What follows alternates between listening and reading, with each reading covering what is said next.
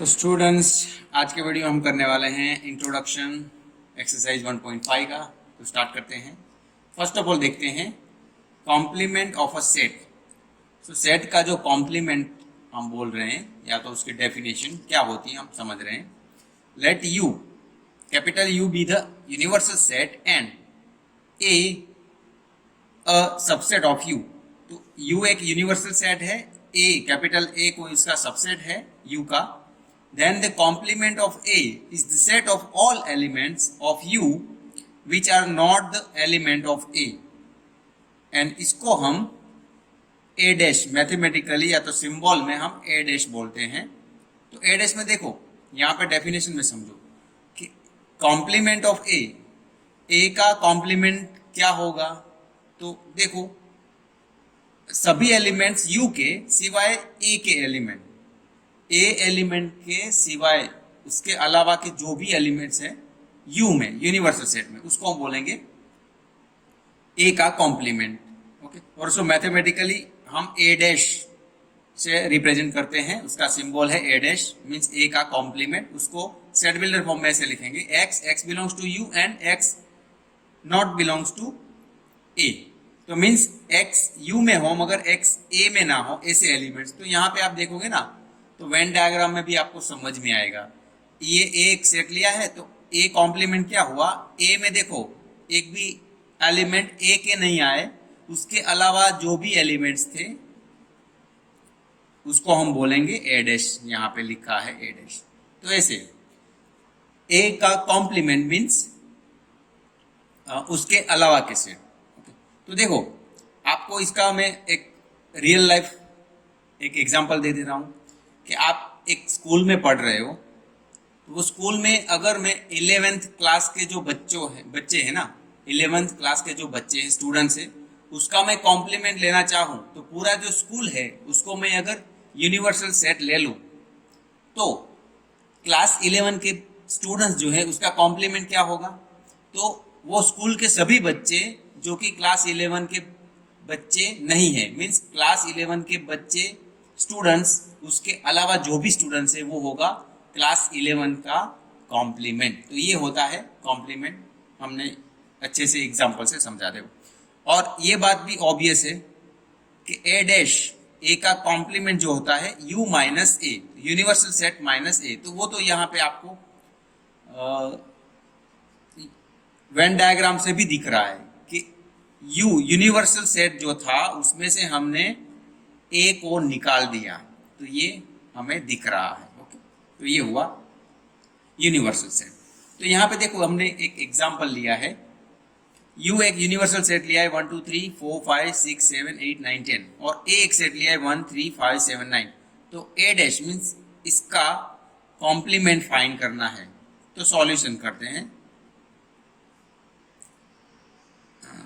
A dash is equals to, A dash means ये रहा हमारा 1 3 5 7 9, इसका डैश। तो इसका मीनिंग क्या होता है कि ए में जो एलिमेंट्स है उसके अलावा के यू के लिखने हैं। तो जो जो ए में है यू में से निकाल देने हैं। तो ये गया 3 गया, 5 गया, 7 गया एंड 9 गया। तो 1 2 3 4 5, तो यहाँ पे 5 एलिमेंट्स निकल चुके हैं। तो वो जो बाकी बचते हैं यू में से 2 4 6 8 एंड 10, तो ये मिला हमें ए का कॉम्प्लीमेंट ए डैश। तो फिर से समझिए कि ए डैश मीन्स ए में जो एलिमेंट है उसके अलावा के एलिमेंट यू वाले यूनिवर्सल सेट में से लेने हैं, बस ये है कॉम्प्लीमेंट। और एक एग्जांपल आपको लेना है तो हम ले सकते हैं, जैसे यही यूनिवर्सल सेट आप यही ले लो।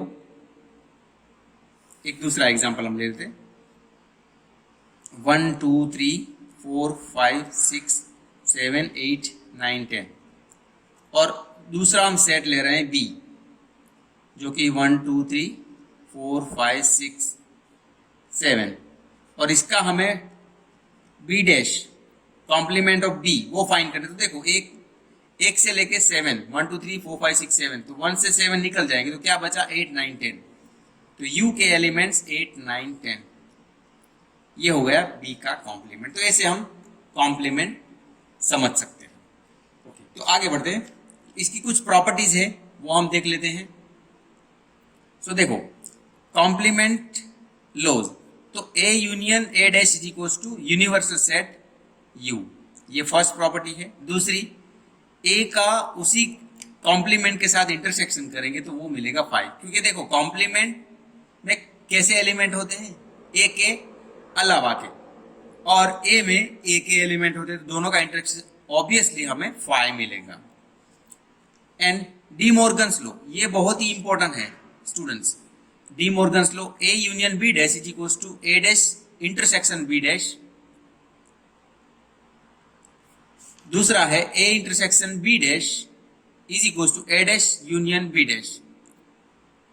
तो ये आपको समझ में आ जाएगा। देखो क्या है, यूनियन पूरा ब्रैकेट के बाहर यूनियन का डैश करोगे तो उसका ये डैश दोनों को सेपरेट करके बीच में इंटरसेक्शन हो जाएगा। यहां पे उससे उल्टा है, इंटरसेक्शन के ब्रैकेट का ऊपर डैश है, कॉम्प्लीमेंट है, तो वो क्या हो जाएगा, ए डैश यूनियन बी डैश। तो ये दोनों को हम बोलते हैं D Morgan's law.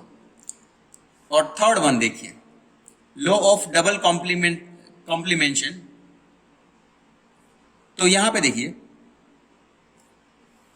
Double complementation में क्या है कि ए डैश का डैश करोगे तो वो खुद सेट ही मिलेगा। तो सीधी सी बात है ना, ए का कॉम्प्लीमेंट मीन्स ए के अलावा के एलिमेंट्स, और उसका भी कॉम्प्लीमेंट, तो जिस अलावा के जो एलिमेंट थे वो फिर से उसके कॉम्प्लीमेंट लेंगे तो वो खुद ही मिल जाएगा सेट ए। तो ये भी आपको याद रखना है। ओके, और देखते हैं laws of empty set and universal set. तो ये देखो 5 डैश एम्प्टी सेट का डैश मीन्स कॉम्प्लीमेंट क्या होगा, universal set, and universal set का कॉम्प्लीमेंट क्या होगा, एम्प्टी सेट। तो ये भी आपको याद रखना। तो ये कुछ प्रॉपर्टीज थी वो आपको याद रखनी है। तो इंट्रोडक्शन पार्ट में इतना ही। अब नेक्स्ट वीडियो में हम देखेंगे इसका एक्सरसाइज 1.5। धन्यवाद।